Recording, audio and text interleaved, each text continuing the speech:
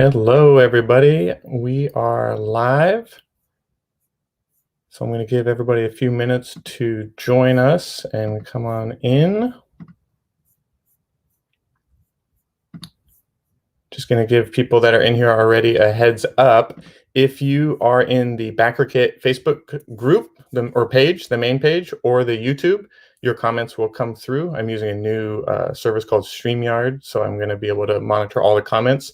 But unfortunately, if you are in our private Facebook group for tabletop games, I will not be able to post out links. So if you hear me talk about posting out a link, you just won't see it.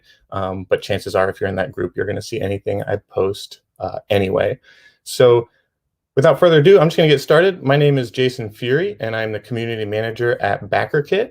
And I've also run a few Kickstarter campaigns in the past, and I'm going to throw those in the comments. Hopefully they'll pop up for you. I'm going to be a little experimental here with this new service I'm using. So if you see some comments, you can click and get some context. And like I mentioned, I'm community manager at BackerKit. Been here for about 4 years. And we are a software company that helps crowdfunding creators manage their data, make more money, keep their backers happy. And we have tools and resources for all stages of crowdfunding, whether you're just thinking about it, whether you're running it live now or about to, or whether you've already run it. So I can get into more of those details if you have questions about it. But otherwise, feel free to just head over to backerkit.com and check us out.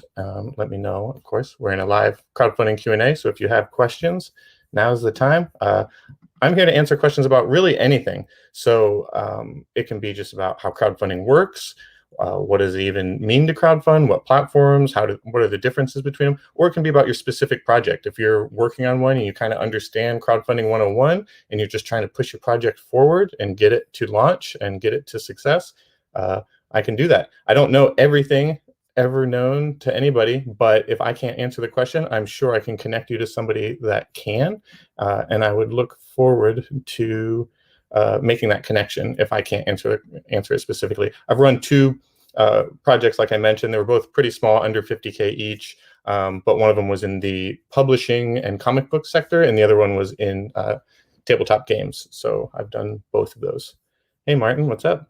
This is powerful. I can say hey to you, but I can't hear you. I can only read you like Hal in Space Odyssey. So I think we can just get started. I'm also going to throw in just a few links about ways we can get connected, and I'll share them in here as well. Of course, go to backerkit.com if you just want to learn more about our service. But one of the most important things you should do is join our newsletter. We send out a weekly newsletter for anybody into crowdfunding or thinking about it, resources, RSVPs to other live streams, and more in-depth webinars with guests, and just all kinds of updates within BackerKit. Our software is changing all the time to service creators, so we like to always keep sharp there. Another one is our Facebook group. If you are into tabletop games, we have a dedicated community called BackerKit's Tabletop Games Crowdfunding Community. So you can head over to Facebook and join that community and ask us questions forever, always 24/7. That's a place that I'm monitoring every day. So if you have very specific questions, I would love to get in there. So I'm going to throw those in the comments. And last but not least, if for some reason you can't get a hold of me, or if these resources aren't working out for you, just feel free to email me. It's community@backerkit.com. It's an email I check multiple times a day, so I will get back to you, and we can talk shop via email as well. So that's another outlet for you. So I'm just giving a few minutes for some people to come in. Looks like we've got a decent amount of people in here, which is great. For the Q&A, there's no rules really. It's just going to be type it into the chat. If you're, like I mentioned, if you're on BackerKit's page, or if you are on YouTube watching, then you can just type it into the comment section and I will get it. And I'm pretty sure the Facebook group, I can see it too, but I can't type an answer, but I can still speak an answer. So that's great. Just learning how to use this new software. So far, it's pretty cool. Gives me these cool banners. Got this all this fancy stuff around me. Got my new audio equipment too, so looking forward to that. So yeah, without further ado, feel free to start typing in questions. I see we've got one already, which I'll get to first. Doesn't matter how long it is or how short it is. Do whatever you like, and we'll just kind of have an open kind of free for all. So as they come in, I'll try and capture them and answer them. And like I said, if I can't answer it, we will figure it out together. So let's see. I can put these questions up on the board, which is great too. So also, this is just a little caveat with StreamYard. There is a prompt to get Facebook to see it. So I can't see who asked this question recently, but that's fine. You can give access to StreamYard on Facebook, and then I'll be able to see that. So first question, here we go. What are your thoughts on how ready a game should be before hitting crowdfunding? I see some projects come 99% completed. I see others come around 20% completed. I see others still intentionally come with the intention to develop with the community. Do you feel as though they can all be successful? All right. So the first part of this is, yes, I've seen variations of all of these scenarios be successful, but really it's your job to set yourself up for success the best you can. So it's a case-by-case basis, obviously. Ready is really what you think is ready. Like, is your team ready? Is the time of the year ready? Is your game like close to finish? There's so many parameters. I'm going to assume you're a tabletop game in here, since you asked this question. I typically tell people, make sure your game's around 80% complete, even though that's a little nebulous, but make sure that you're confident that you can get it to the point where you can get somewhat accurate quotes from your manufacturer, have an understanding of your weights and shipping, have an understanding of the art, and have at least some of it done to be featured so you can, use it for ads or use it for different marketing activities. But you're going to want to have enough done to show people the promised land of what you're trying to create and what you're trying to put into the world. Because we're selling ideas on Kickstarter, right? In a lot of cases, some people have more advantage than others, and they have money to spend before they launch. So it's really easy for them to kind of go through the manufacturing process, print out a bunch of prototypes, and then give them kind of a really close experience. But I'm also of the nature that I like to see the kind of scrappy prototypey versions out there, as long as it's functional and it works and it's like something you're passionate about and that's really clear through your campaign page. I think that's really important as well. So I don't really have like a catch-all answer here. But yeah, the 99% completed does not have to happen. Absolutely not. I've seen projects fund that were way, way, way less than that, and close to that as well. So I would just, yeah. Martin's chiming in here. So Martin, if you don't know him from BackerKit as well, he's got a lot of knowledge within the tabletop games. So he's saying 70 to 90% is what I say. This means you have semi-accurate quotes and enough material to promote your game. This also leaves enough to alter due to fan feedback and playtesting. Yeah, excellent point.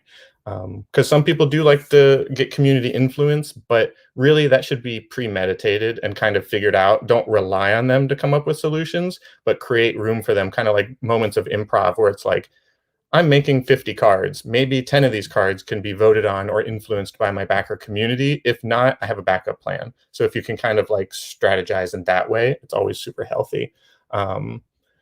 So yeah, I hope that answers your question. I'm happy to revisit this, or if you have another question that's maybe a little bit more specific, now that we've kind of answered a section of it, feel free to drop it in the comments.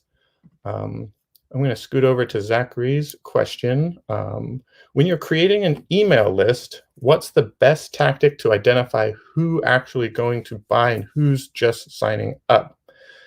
So best is pretty loaded.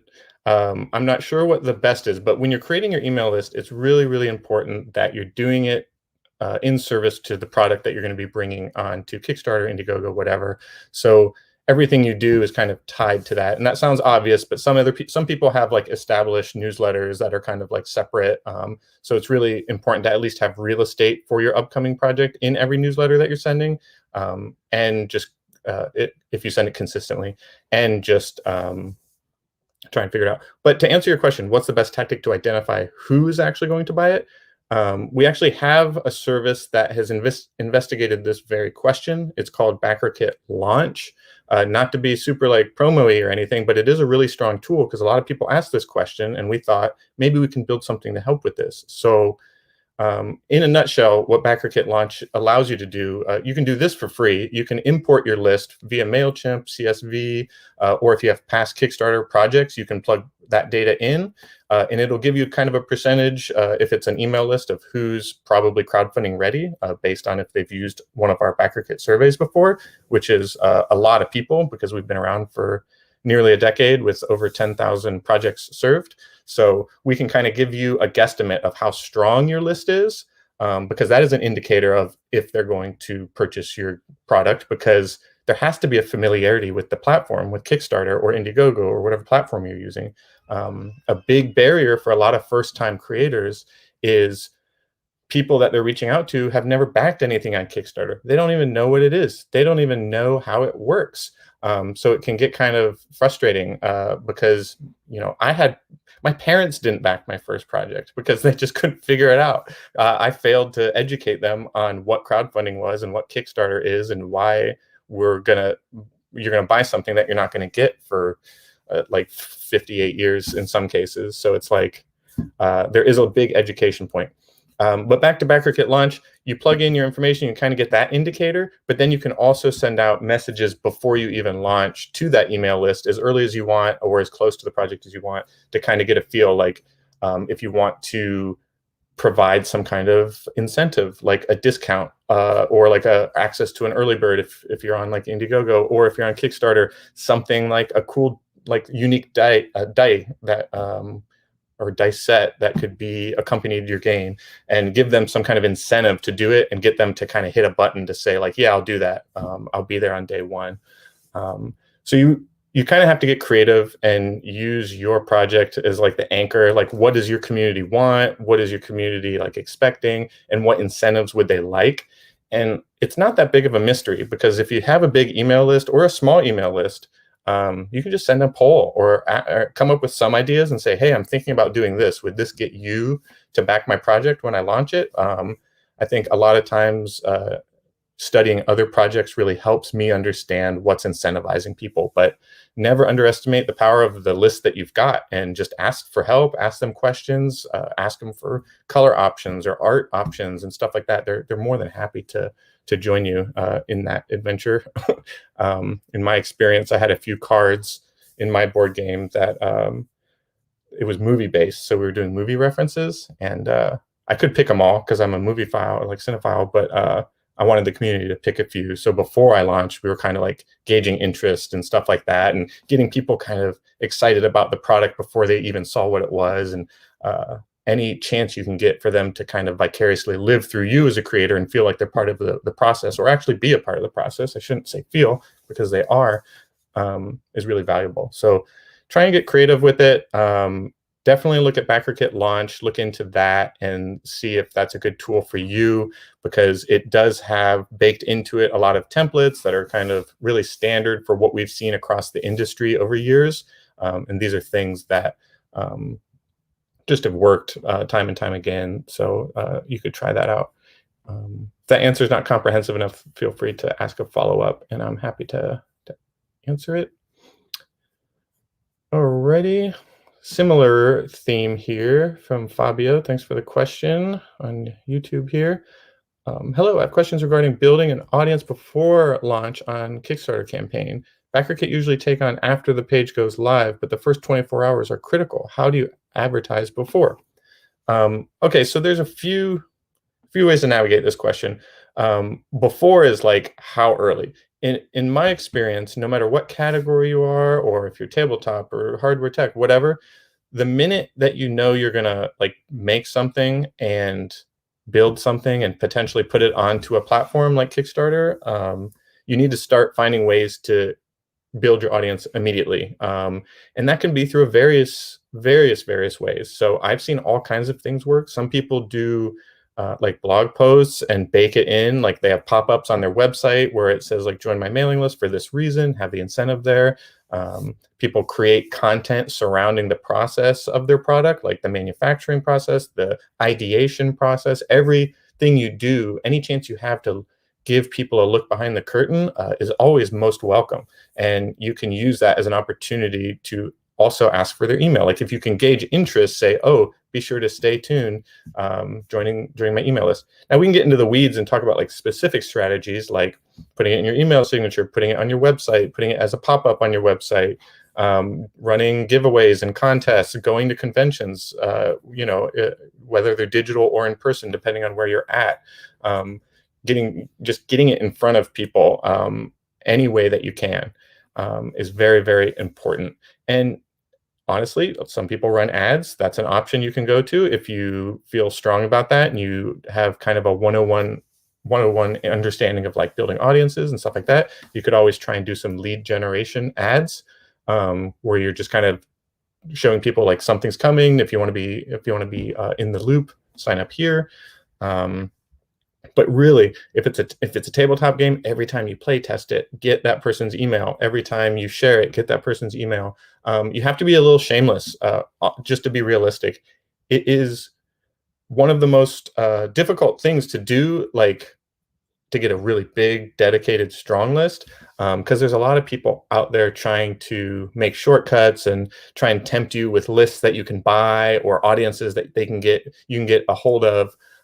Which are usually pretty bogus in my experience. So if it's one person here and there, that's just fine. You can just stack, one person is one more person than you had yesterday. Don't be like defeated if your list isn't growing really, really fast. It will stack up. It's feathers on a scale. Like it will add up over time. So I think the important thing to do is just every time you do something that's public facing or could be public facing, consider how you can get the email also. And it doesn't have to be like some like slimy way. It's like, oh, give me your email because I want your information. It's really just it's connective tissue between you and that person. Like say, hey, this looks like something that you're into. We should connect online. Join my newsletter. I send updates once a month or something like that. Add some value to it so people can know what you're selling and build that hype. But it's never too early to start. Just start right now if you haven't yet. Just try and figure that out. And I think that'll be great. And once you do have an email list, and whether there's a few hundred people in there or a few thousand people in there, it's important to nurture those people and keep giving them stuff that's pointing towards what you're working on, or just things thematically in line with what you're working on. Yeah. And you're 100% correct about the first 24 hours being critical.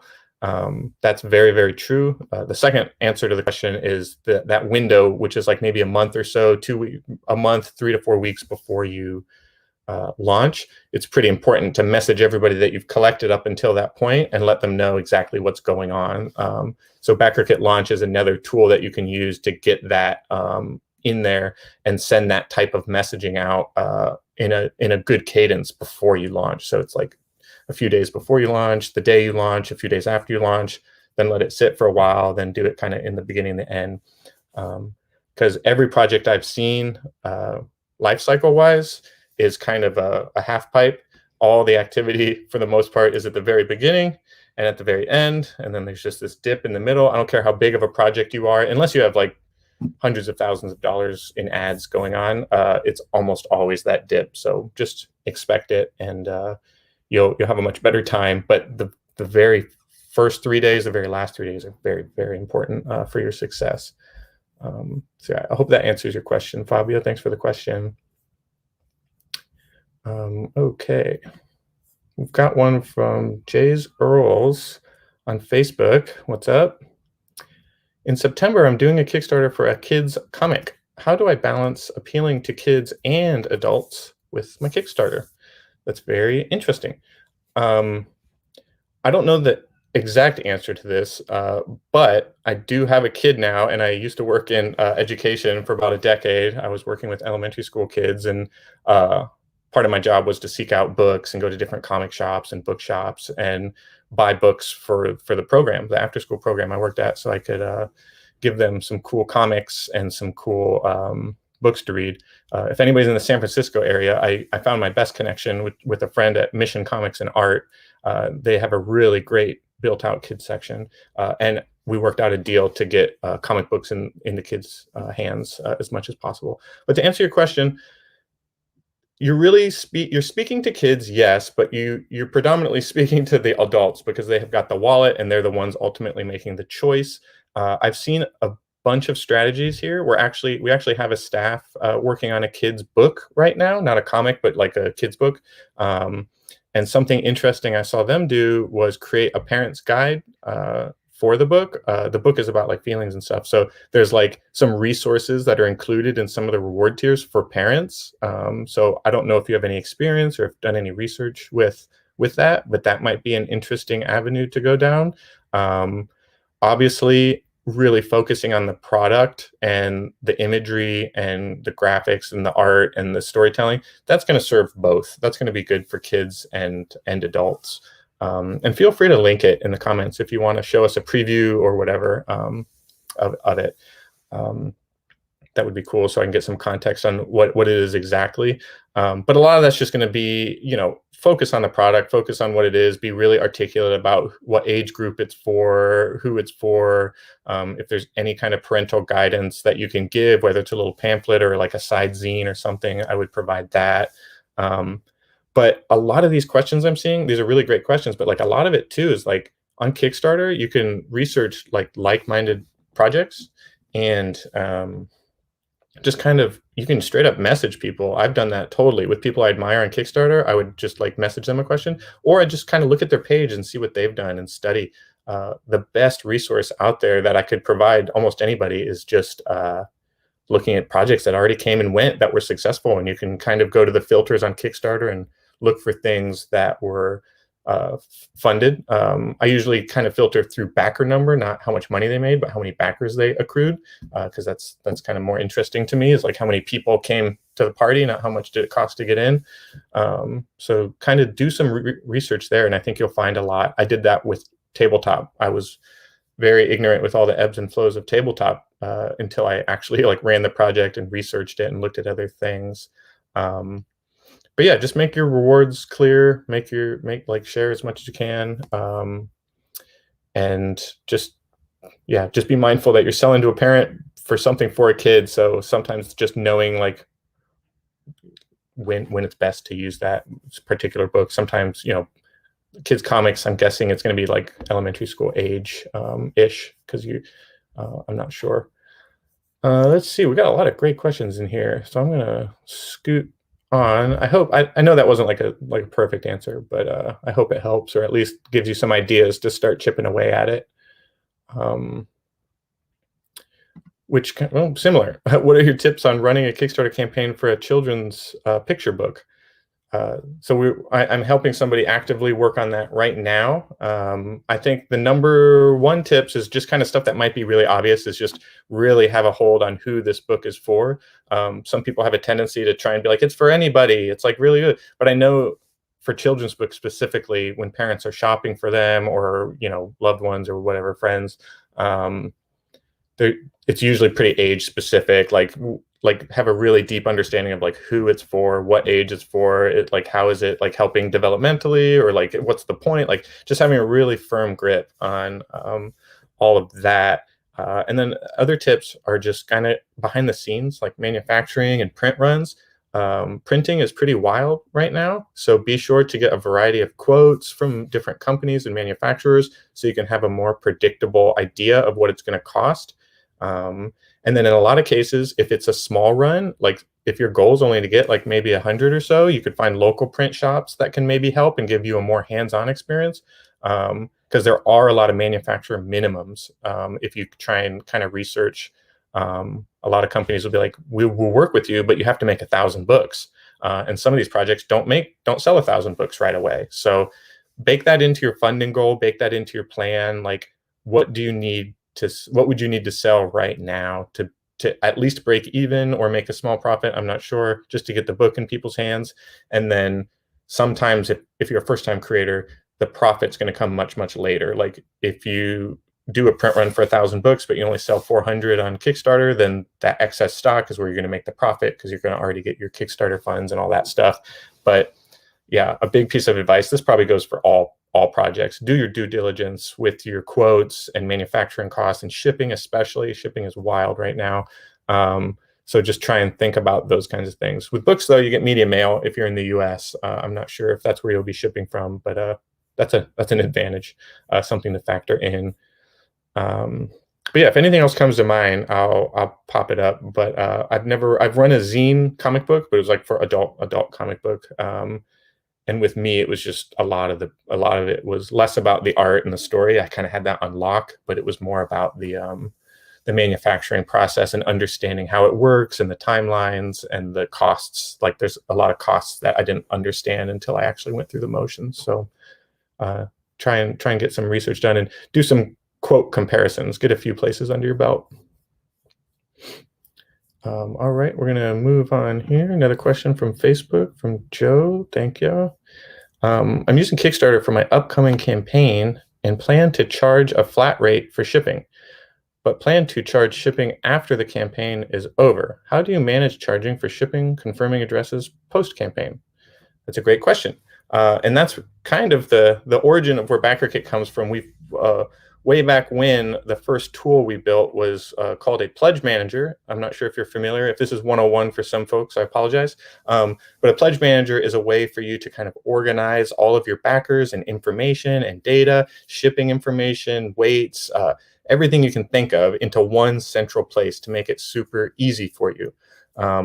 And there is an advantage. A lot of this, actually, let me rewind a little bit. A lot of that dashboard experience is kind of pulling information not only from your Kickstarter, but from a survey that you send. Let's say you get funded on Kickstarter and you have 500 backers. The most important email you're going to send those backers is your survey. You call it your backer survey. And this is where you're going to collect information from them, such as their mailing address, and you're going to give them like an opportunity to potentially buy more or a second book or something else. And they can kind of create a custom bundle and then kind of check out. So it's like a really seamless, easy checkout experience that makes the backer experience really like smooth, because you want a smooth transaction after the fact, right? So I'm not sure what your reasoning is for doing the plan for a flat rate for shipping. But if that's the plan, you have a lot of flexibility if you use a pledge manager. So in BackerKit, for example, you can charge shipping after your campaign. So you can run a campaign and just set it to $0 shipping, and then have notes in a shipping section in all your reward tiers saying, we plan to charge for shipping after the project funds. And a lot of projects are doing this right now because of the unpredictability of shipping. So they want to make sure that they can give their backers the best rates and the closest ballpark guess, so that they don't feel like you're either going to be overcharging or undercharging. And that's not really a fun experience long term. And it's not really good for your brand, or, if you're planning to run multiple campaigns, you kind of want to do this the best you can. So if you do use a pledge manager, you can charge later. So you don't actually have to worry about any of that, except for get your guesstimates and everything like that before you launch. So you know how to influence your funding goal, but you can kind of look at the landscape of shipping, and if things ebb and flow like they have been, you can get a little bit closer and send out that survey a little bit closer to your launch date once you know what shipping is going to cost, and that'll save you a lot of hassle and save your backers a lot of like time and potentially money. So you can definitely do that once your campaign is over. So there is an option within Kickstarter to charge shipping. So if you know you're going to charge $5, for example, you can set that all up in Kickstarter. And keep in mind that $5 will go towards your funding goal. So if your funding goal is 10K, the product plus the shipping will be factored into that 10K to reach your goal. So you have to kind of keep that in mind when you're strategizing a little bit. So that is one advantage of doing shipping in Kickstarter, is to like beef up your number. But if you don't care about that, I always recommend people charge shipping after the campaign. So I'm with you on that one. And then BackerKit shamelessly would be your solution there, because you can organize all of that information by a case per case basis for everybody, and set your weights and your shipping regions and all that stuff, and just make it super, super easy. Just a few clicks of a button once you get it all set up to make sure everybody gets what they need when they need it for the price that you want to charge for it. And then you didn't ask this, but I always tell people, don't forget shipping and the handling part. Some people try and get their guesstimates as close to what the post office will actually charge, but don't forget about your time and the boxes and the packaging. All that stuff costs money too. So factor that into your shipping. You don't want to shortchange yourself. Make sure you do due diligence there. Let's see here. Got a big one. Let's see if it pops it up. Boom, it did it. Sorry, I don't have a name for this one, but I will, if you give StreamYard permission in the future, I'll be able to see the name, but not super important. I will read your question either way. I think it's a two-parter. What are your thoughts on funding goal? I have been learning a lot recently about the difficulties of the dollar backers and how some projects can be in a strange limbo state because they met their funding goal, but not their true funding goal. However, it's well known that hitting that funding goal as soon as possible is really key to having enough momentum to carry you throughout the rest of the campaign. So putting an entirely accurate funding goal may mean that you miss that goal early on. Okay, that's pretty loaded, but I love it. I'm gonna like hide behind this comment too.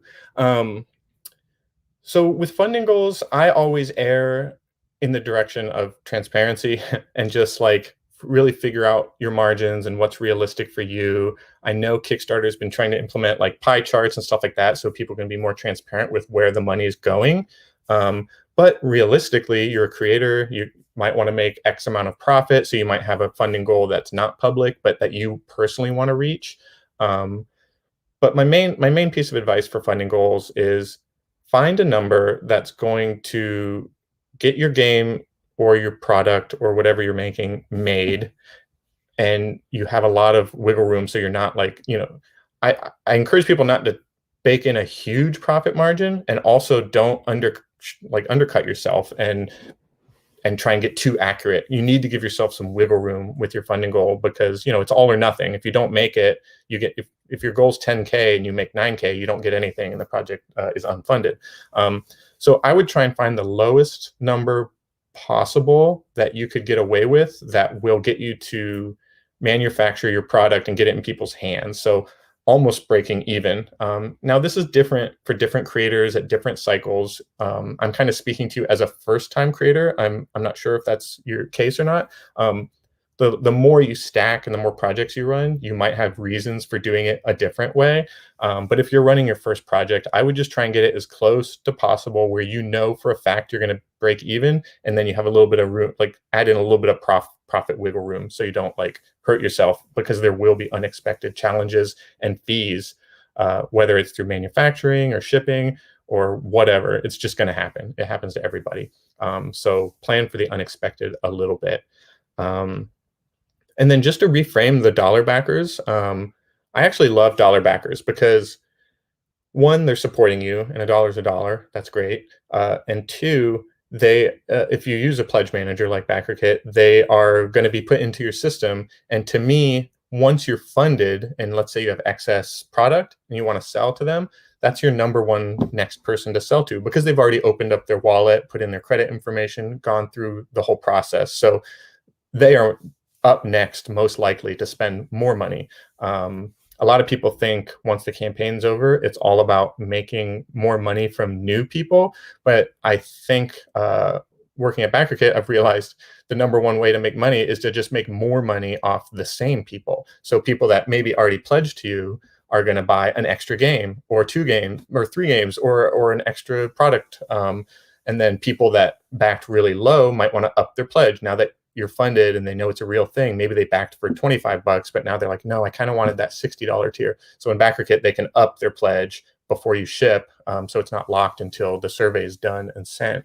So you have a lot of flexibility there to do that. So, but I do understand what you're saying kind of about the strange limbo state because they didn't meet their goal. And you're right, like you want to get funded as soon as possible. I'm not going to give advice saying like, do it so you can get into this mysterious algorithm that Kickstarter is going to do and give you all these extra backers. I encourage people not to plan on any platform giving you backers. It's all up to you, like the audience you bring. My corny analogy that I bring up everywhere is Kickstarter, Indiegogo are the venues, and it's up to you to bring the party. So if if if you don't bring the people, it's probably not going to happen. But that said, if you do get a lot of people in the first few days, then yeah, it'll probably catch on, and then you'll probably get some placements on front pages or in a newsletter or something like that, and that can definitely boost your your project. But I wouldn't count on it because it's very it's a little mysterious how it works. I don't have a like, if you make this much money and have this many backers, you're definitely going to get featured on this page or that page. I don't know exactly how that works. It's never been like publicly like shared how that process works. So my best advice is don't count on it, but if it happens, appreciate it, and that's great. But if it doesn't, you've already got a plan in place. You've already built your community, so you're good to go. So you don't need to rely on it. But if you get it, that's great. It's welcome, but you don't need it.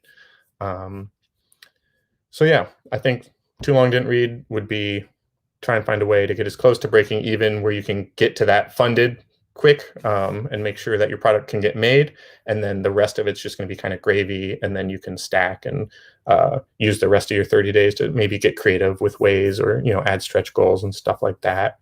All right, we've got a lot of questions in here. This is great. I'm gonna do like a halftime check to just appreciate everybody. This is very experimental. We didn't know if anybody would show up, but got over 25 people in here right now chatting, so this is fantastic. I know it's kind of a one-way street, but we can connect with the various outlets and community newsletter and stuff also. That way we can stay connected and talk, and if you have a board game, join the group. I'll throw up those links again at the end. Next question is, Caspian, what's the deal with having or not the registered copyrights for a project when launching in the digital era? To deal with having or not having the registered copyrights for a product. I'm not 100% sure what you mean by this, Caspian, but I would say if you don't have a copyright for something that requires a copyright, you would need to get said copyright. I do know there are some outliers there with people that maybe it's an enamel pin that's like, I don't know, like Animal Crossing or something, or like Legend of Zelda, and those people don't have copyrights for it, but they're still putting out things. But I think there's like there is some wiggle room with when it comes to like artistic license. So if you're drawing something that's like inspired by that thing, but it's not exactly that thing, people can get away with it a little bit easier. I forget what the technical term for that is, but I do know folks are like, I think it's called parody law, but I cannot give anybody legal advice, so don't listen to me. I'm just telling you what I've heard on the street. But I do see, and I have a game too that has like movie references in it, and they're just like caricature kind of drawings of things that may or may not be that. Like it might be, kind of looks like the Terminator, but it's not. And I never explicitly say that it is the Terminator. That's kind of the most gotcha thing. It's like if you say it's Pikachu, then you're just done. You're out. But if you draw something that looks like Pikachu and it was inspired by Pikachu, you might be okay. But again, I am horrible at legal advice, so I can't like best answer this question. But yeah, in the digital era, you're right. It's a lot easier. You just pluck this stuff out of thin air. So yeah, I'm not sure if that answers your question. But boom, boom. Let's see. Mona, here we go. Don't see what that picture is, but it looks cool. A lot of backers are not a fan of getting charged to pay shipping post-campaign. That's true. I don't have a stat that can back that up and say it's true for sure, but I do know that people have gotten that feedback. And in my experience, it's because the expectation wasn't set properly. Like maybe they didn't, put it in the reward tier or make that explicit on their campaign page. Really, if you're going to go for charging shipping post-campaign, you have to be a little relentless about it. And like I said, put it in your reward tier, put it in a dedicated shipping section, put it at the end in the footnote of all your updates and stuff like that. But I think the tug and pull there is it's because you get charged on Kickstarter, and then later, once you send your survey, you get charged again. People don't like being double charged or charged twice. It's just kind of like something subliminal that bothers people, I guess.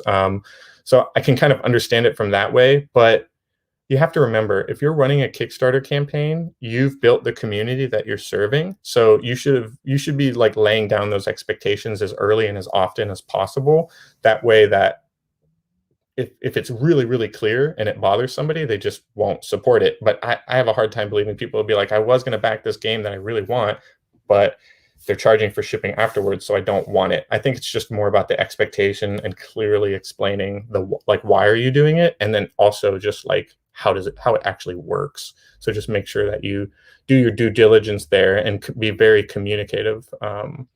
But every project's different too. Like I did it both ways. My first project was a zine, like a comic. So my shipping was really predictable. Plus it was years ago.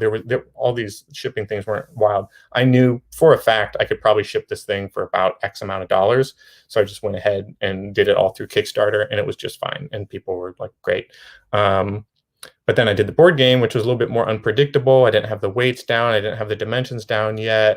It could have an expansion might have been unlocked that could like make the box bigger. So my messaging to my community was that, hey, I'm trying to be as fair as possible. I want you all to spend the least amount of money as possible and everybody have a good experience. And so far, I haven't had any like friction. Like maybe 2 people had a problem out of like 450-ish. So to me, it wasn't a big deal. But yeah, try and just be super transparent about it. But no matter what you do, somebody's not going to like it. So as long as you're clear about what to expect, I think you just got to make a plan that works for you, works best for you. Yeah. Boom. Let's see. So do you recommend A, building in the shipping cost into the reward price, or B, as a separate cost at checkout? My fear is that with either option, it adds an extra level of sticker shock. Well, it's all dependent on the product and what you're doing. I do know a lot of people that charge free shipping and do, if it's just like a card game or if it's just like like a small book or comic or something, sometimes they'll just bake it in. Like there's no right or wrong answer here. If you do bake it in, just make sure you up your, you don't always have to up the reward price. You don't have to make this single item cost more. You could just make your funding goal a little bit higher, because the funding goal is a much bigger number. So you can, not that you're trying to hide it, but you're just being real. Like I'm kind of going to figure out, I'm going to charge kind of shipping in here so I can offer free shipping, so I don't have to worry about the strategy later. So if your goal's let's say your goal is $8,000, but now it's $8,500. That's not as big as if your book was 20 and now it's 25, because that's right. Those individual purchases might be like, but yeah, that's really up to you. But yeah, the strategy I'll probably be doing moving forward with other projects I run is I usually just charge for shipping afterwards, because it is a cost and it is the reality of the business. Everybody that's backing all these they understand shipping costs money, and people are going to complain. But when you look at the complainers versus the people that actually were just fine with it the whole time, it's a very, very wide gap. I think most people generally aren't like up in arms about it. So just do what works best for you and be transparent about it is my main takeaway. If you want to hide it and offer free shipping, just make your funding goal a little bit bigger. That's fine. Or if you want to make your reward a little bit more, that's fine. Like all these options are fine. But yeah, it depends on the product and what your overall price is as well. Thanks a lot. Thank you, Fabio. Thanks for helping me. You're very welcome. I hope this is helpful. Let's see. Sir Lady Sketch says, I'm waiting for my funds from Kickstarter to finish processing. Ended on July 31st. Does BackerKit automatically know when those funds have been sent to me? I get a BK approved and my survey is sent. I don't think I could be wrong about this, but I don't think we have insight on when Kickstarter sends you the money. I know traditionally it's like 14 business days, I believe it is. That's what it's worked for my 2 projects. I'm not 100% sure if we know that, but I do know you can start once you get BK approved, you can start building out your surveys and plugging in your weights and stuff like that. So you should be pretty close. But yeah, reach out if you want to send a message and ask that specifically. I can look into it, or if you have be sure to send me through the email that you used for your Kickstarter project, and then I can look it up and we can check it out and see. I can probably further help you there if you want. Because I do think, yeah, once you get BK approved, you can start building stuff out, which will be helpful. That way you can just hit buttons and not worry about it once, because your backers will be waiting for it. Let's see here. Auto Proofer. We're in the UK, but want to target a worldwide audience. Is Kickstarter the best platform for a worldwide audience, or is Indiegogo or something else better? Baking, sourdough, tech-related audience. Well, I know nothing about the baking or sourdough tech-related audience, but it sounds awesome, so I'd like to know when you launch something so I can check it out. So Kickstarter, yeah, probably the best place. Indiegogo, a great place as well. I think this is all the platform. I'm going to reiterate. I don't want to say that it doesn't matter, because some categories, like if you're in tabletop, I don't know why on earth you would use anything except Kickstarter, because that's where everybody's at. But for something niche like this, baking sourdough, uh, I would I would say either or is better. You can kind of like weigh the pros and cons of each, do a little bit of research on like what the platforms are. But at the end of the day, I mentioned earlier in this conversation, it's about the community that you build and where do you point them. It's almost kind of moot which platform you use in some cases. Like if it's kind of equal, like, oh, this could work on Kickstarter or Indiegogo, I think it's more just of a personal preference at that point, because it's going to be up to you to drive traffic to that page. They're not going to do anything like for you. And if they do, it's unexpected and nice, but I wouldn't bake that into your strategy. I would just do a little research on projects that are as like-minded as yours and see which ones had success and which ones like maybe didn't, and kind of weigh the pros and cons of that, or reach out to some people that maybe use Kickstarter or Indiegogo that are similar to yours and ask them, like, would you have done that on Kickstarter again, or would you have moved to Indiegogo? It's okay to like just reach out. We're all people. Like I've messaged people that I thought were like way too big to talk to me, but they replied within like a few days through various platforms or their website or whatever, sending them an email. But yeah, that sounds exciting. So I hope I'm curious to learn more about that project. For people here, I'm going to share this again later, and you can, if you don't get this, if this post isn't coming through wherever you're watching from, you can just go to community at BackerKit and let me know. Say, hey, I want that link to tell me more about your project. This is just a short form you can fill out and tell me about like what your project is, what your progress is so far, and then we can kind of connect, and I can better have a conversation with you about like what you need to do. Especially if you have a preview page or something like that, I'm more than happy to like peek at those and give you feedback and kind of check out some like more micro things if you want to like kind of say, does this look right or does this look good? Happy to kind of peek at that kind of stuff. Let's see. Let me scroll up. There's a lot of questions here. So let me find Joe. Thank you for the response. Oh, no. Is there a difference between what people call profit and paying yourself? Is paying yourself part of the profit? When people talk about Kickstarter projects, for instance, say that I've worked on a project for 2 years and I've decided I'd like to pay myself $20,000. Is that baking it into profit? I don't know. I think this is all just like kind of semantic stuff. I would say that, yeah, that's actually a pretty good question. I don't know. I kind of use them interchangeably, which might be a mistake, but profit, to me, profit is any amount of money that will go to like you and or others involved. It's not necessarily like like sometimes there's teams behind projects. So I'm working on a project with one other individual. So like whatever profit we make is every dime that we make that doesn't go into marketing, manufacturing, and shipping. Once that's all done, whatever we're left with is going to be our profit, and then we're going to pay ourselves from that profit. But we're not going to pay ourselves. Actually, I'm saying it as if I have all this profit. I actually didn't make any profit. I kind of broke even and put extra money into my project. But in the perfect world, if I had excess funds, I would probably pay myself a little bit for my time, pay my collaborator a little bit for the time, and then keep some in the bank for further marketing, like trying to sell my excess stock or going to conventions or doing other marketing activities that are related to it. Or maybe I'm working on an expansion for a game or another project. I would probably want some of those base funds to go into building hype and marketing for the next project. So if I had $1,000 extra left over at the end of the day, I would probably put that into lead gen ads for my next project instead of just putting it in the bank. But everybody's different. Sometimes you need that money sooner than later. So it's just case by case, personal, depending on who you are and what your situation is. But I appreciate that question. It's an interesting question. But yeah, if it's before you launch, then you can kind of bake it in to your funding goal. Like if you know that's what you want to pay yourself, you can kind of like figure out if that's worth putting into your funding goal or not. All right. What's a healthy email list size to have going into a project? 1 billion, 2 billion.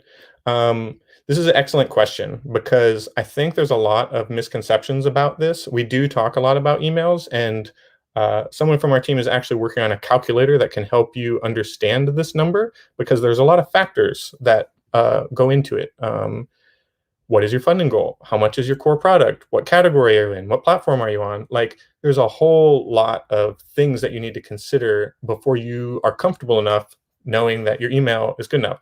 For example, if I'm launching a project where I want to make 100 zines uh, or comics, and I know I can print it, and I don't have any manufacturer minimums or anything like that, I can just print 100, and I just want to make $1,000. I don't need a huge email list. I do need a dedicated list. I do need a dedicated following of people that are into that product, but it doesn't have to be hundreds of thousands of people. I think I don't want to just spit out numbers right now, but this tool we're working on, which we may be able to share in an upcoming live stream or webinar, we do have some like general percentages. I will give you a hint, like, or a preview. It's much lower than you think. So like if you have 100 emails, the chance, like statistically, let's say 40-50% of them open up the email to even see what you're selling, and then maybe 5 to 10% of those people will actually buy the product. So it definitely whittles down quite a bit, and that's just industry wide. That's just the nature of emails. So obviously, the more the better. That goes without saying, but I would say it's up to you to do your research on what's your minimum product, like what's the minimum amount of this product you want to make, and then do some math on what it'll cost, and do some math on like, okay, my base product is $25. I want to sell 100 of these, so 25 times 100, and then just kind of do that math and kind of figure out. You can kind of guess how many backers you'll need, and just keep it at the base level, like just the first physical product. Like if you're making a board game, just the base game price. If your base game is $59, just use that number. Because I know there's going to be expansions and deluxe editions and Kickstarter exclusive editions, but don't factor those in because it's a guessing game. You don't know if anybody's going to back those. So when you're doing your math and your guesstimations, just kind of use your base product as your North Star and be like, okay, because you want to give yourself a little bit of buffer. You don't want to like stress yourself out too much, but do some due diligence there and just try and figure that out. And then be sure to sign up for our community newsletter so you can be alerted when we get that calculator out. It's going to be like a email list size calculator. It's a really cool thing that's being worked on right now that I think will help answer this question better than me. So yeah, I had an email list. I had 0 people for my first project, and that was a mistake, and it was a nightmare, and it was a 30-day chaos fest, and I don't recommend it. I didn't know what I was doing. Second project, I had about 700 emails, but it took me like 2 years to get to that point. And then at the end of the day, I think I got about 14%-ish of them to back it. Maybe it was less than that. And that was like really healthy. That was much more than I thought. So just keep in the back of your head, it's always going to be lower than you think. And it's not because your product's bad or because you're doing something wrong. It's just the nature of how people interact with emails and open up emails. Like there's just industry like kind of standards for like X amount of people.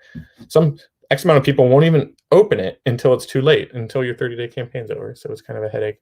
But that's another advantage of using like a pledge manager after the fact. You can kind of keep the momentum going. So all those late adopters will have an opportunity to like, did you miss the campaign? Go to our pre-order store, and then you can capture them still if you haven't reached them quite yet. Boom, boom, boom. Thank you for the question, Joe. Do you recommend hiring a marketing agency like LaunchBoom or Jellup? So LaunchBoom is super cool, but be very clear on like what you're using them for. I love LaunchBoom. I have a lot of like friends over there, and they do really good work. They definitely work with a lot of people, but you know, there's a fee attached to that. So I would recommend you look into like what it costs and what your goals are, and just reach out to them and talk to them and tell them what your goals are and what you're thinking. And they will be really transparent with you if you're a good fit. And then you're saying Jellup, which is different. That's more for marketing, like ads, like advertising, which is something that BackerKit also does. So I would go ahead and hard recommend BackerKit for that, because I think we have a strict edge on the audiences that we have and the communities that we've built over the past, 8 to 10 years. Um, when you're hiring ad agencies, you need to do research on like what their audiences are like who have they reached out to historically? Are they crowdfunders? Are they gamers? Are they what like is my product category something that they excel at? Do they do really well? Like BackerKit, for example, if you're running a tabletop game, I can 110% recommend BackerKit's marketing because we just have unparalleled audiences. We've been doing this for so long between backer surveys and creators, like over 10,000 creators, like I mentioned earlier. So we just have a strict advantage there in that case. So, but if you have the budget for it and you think it'll align with your goals and your objectives and you like the team that you're working with and your communications, absolutely. I absolutely recommend it. But I will not say that it is required. Especially if you're a first-time creator, if you're just making your first game or making your first product, do your research and see if it's a good fit, but you don't have to do it to be successful. You can still launch a project without that.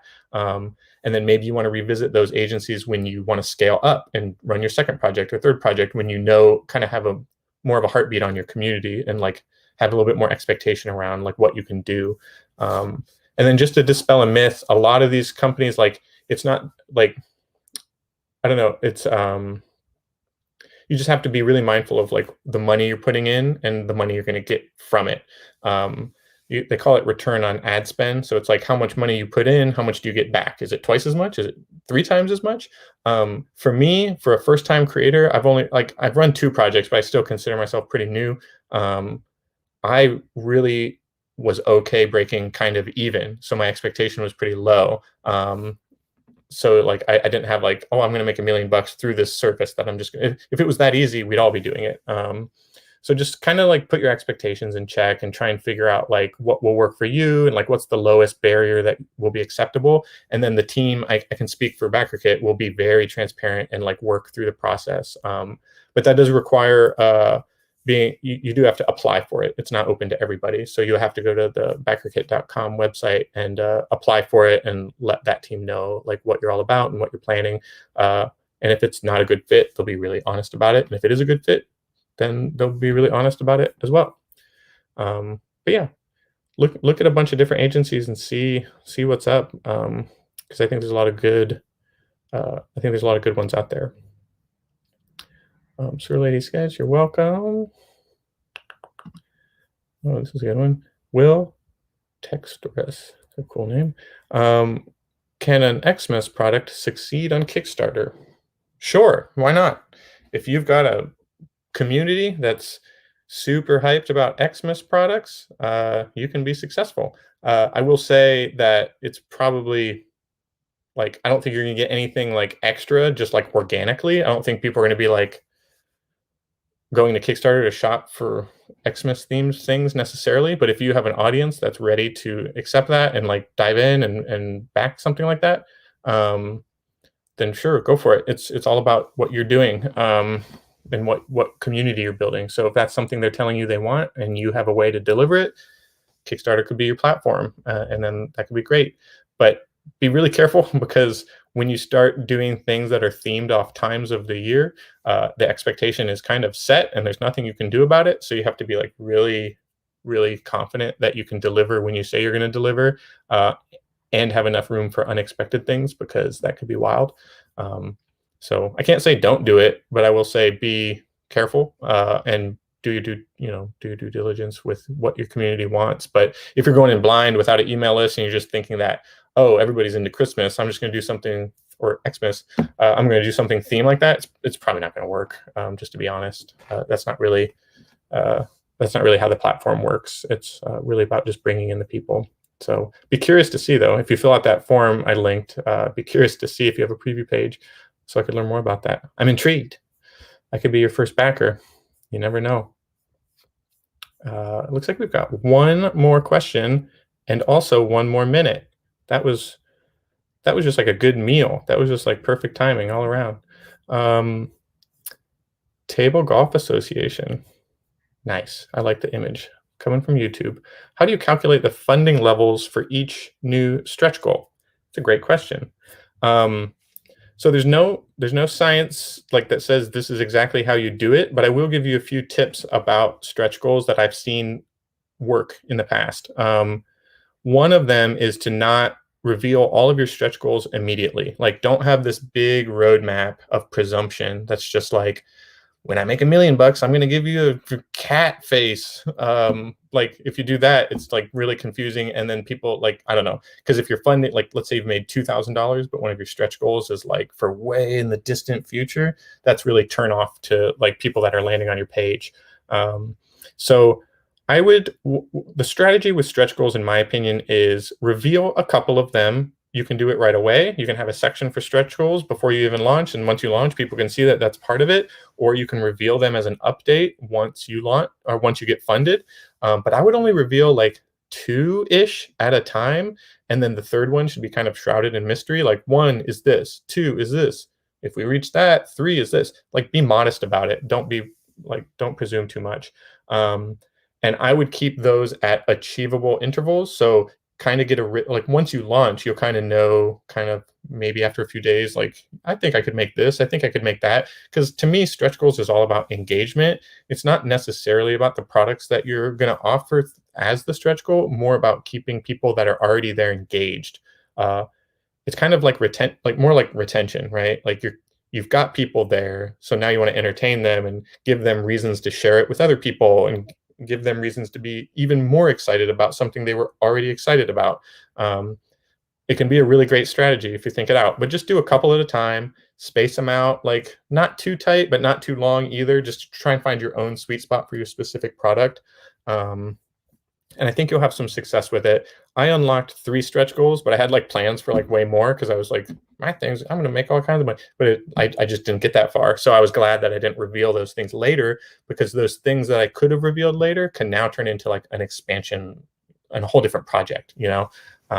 So I think I would just be really mindful of that and just make it fun, snappy, keep people interested. And every stretch goal to me should be something that somebody would be like, oh, like, if you back this project and we get closer to this, I'll get, like, we'll all get this. It's something everybody gets. Don't make it too exclusive. Like, if you're in this tier, you'll get this. Like, make it something everybody can enjoy. And my last piece of advice is make it something like really intimately tied to your product. Don't just do like a shirt or a mug or something. Like, do something like, if it's a board game, make it like a mini expansion or a mini that's unique or something like that, but give it to everybody, no matter what pledge level they're at. Because the more excited they are, the more likely they're going to up their pledge level later anyway. So just keep it fun and snappy and just incremental. So yeah, I hope that helps. Cool. All right. Well, we are exactly at time. So this is the first time we tried this. I'm willing to do this more. BackerKit is taking next week off just for some like kind of mental health and just to recharge so we can come back strong. But after that, I'm down doing these like weekly even. Just want to create space for folks to ask questions and get advice if you need it. So I'm going to just drop these last links in here one last time. Join a community newsletter if you do nothing else. That way we can keep in touch, and you can always reply to it directly if you want. If you're in Tabletop, join our Tabletop group, because we can keep the conversations going and talk more specifically about Tabletop there. And then lastly, I have a form if you want to fill it out and just tell me a little bit more about your product. Happy to learn about it. And then we can kind of better help you on your path to launching and getting funded. So yeah, all that said, that's a wrap for this crowdfunding Q&A. So once again, I just want to appreciate everybody that came and spent time with me for an hour. And I will look out for y'all on the next one. And until then, best of luck with your projects. It sounds like, from the brief glimpse I got, there's a lot of really cool projects going on across a lot of different really cool categories. So keep it up. It's hard work, but you can do it, and we're here to help. So thanks. Peace.